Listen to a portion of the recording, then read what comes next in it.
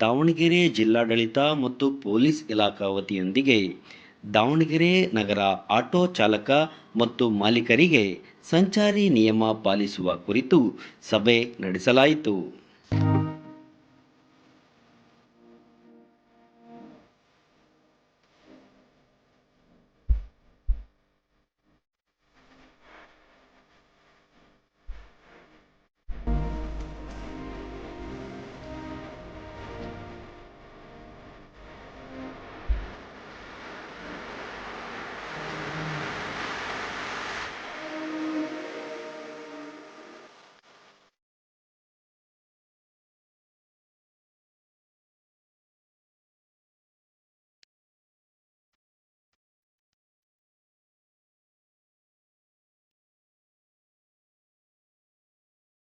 DAR ಕವಾಯತು ಮೈದಾನದಲ್ಲಿ 100ರಿಂದ 150 ಆಟೋಗಳನ್ನು ಬಂಧಿಸಿ ನಂತರ ಎಲ್ಲ ಚಾಲಕ ಮತ್ತು ಮಾಲೀಕರಿಗೆ ಸಂಚಾರಿ ನಿಯಮದ ಬಗ್ಗೆ ಮತ್ತು ಆಟೋಗಳಿಗೆ ಓವರ್ ಸೀಟ್ ಹಾಕುವುದು, ಕರ್ಕಶ ಶಬ್ದ ಮಾಡುವ ಹಾರ್ನ್ ಹಾಕಕೂಡದು, ಪ್ರತಿಯೊಬ್ಬ ಚಾಲಕರು ಡಿಎಲ್ ಕಡ್ಡಾಯವಾಗಿ ಇರಲೇಬೇಕು, ಇಲ್ಲವಾದರೆ ಮುಂದಿನ ದಿನಗಳಲ್ಲಿ ಅಂತಹ ಆಟೋಗಳನ್ನು ಸೀಜ್ ಮಾಡಲಾಗುವುದು ಎಂದು ದಾವಣಗೆರೆ ಎಸ್ಪಿಯಾದ ಉಮಾ ಪ್ರಶಾಂತ್ ರವರು ಆಟೋ ಚಾಲಕ ಮತ್ತು ಮಾಲೀಕರಿಗೆ ಹೇಳಿದರು. ಎಕ್ಸ್ಟ್ರಾ ಫಿಟ್ಟಿಂಗ್ಸ್ ಮಾಡಿರೋದು ಅಂದ್ರೆ ಹಿಂದೆ ಫುಟ್ ರೆಸ್ಟ್ ಅನ್ನ ಎಕ್ಸೆಸ್ ಹಾಕೊಂಡಿದ್ರು, ಅದೆಲ್ಲ RTO ಪರ್ಮಿಷನ್ ಇಲ್ಲ.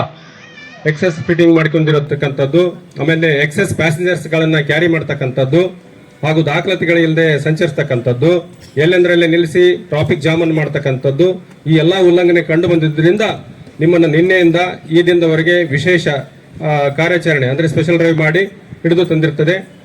ಈ ಕಾರಣಕ್ಕಾಗಿ ನಿಮಗೆ ಈವರೆಗೂ ಹೇಳಿರ್ತಕ್ಕಂಥ ತಿಳುವಳಿಕೆಯಿಂದ ಯಾವುದೇ ಪ್ರಯೋಜನ ಆಗಿಲ್ಲ.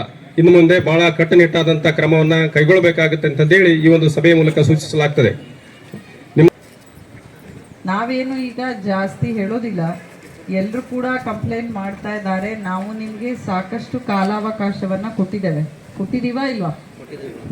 ಕೊರತೆ ಇದೆ, ಪೊಲೀಸ್ ಅವರು ಏನೂ ಮಾಡ್ತಾ ಇಲ್ಲ, ಅದಕ್ಕೆ ಈ ತರ ಮಾಡ್ತಾ ಇದ್ದಾರೆ ಅಂತ.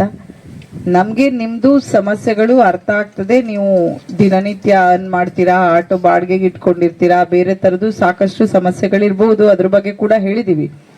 ಬಟ್ ಇದು ಕಾನೂನಿನಲ್ಲಿ ಮಿನಿಮಮ್ ನಿಮ್ DL ಇಟ್ಕೊಳ್ಳಲ್ಲ ಅಂತ ಹೇಳಿದ್ರೆ ಗಾಡಿ ಹೆಂಗ್ ತಗೊಳ್ತೀರಾ?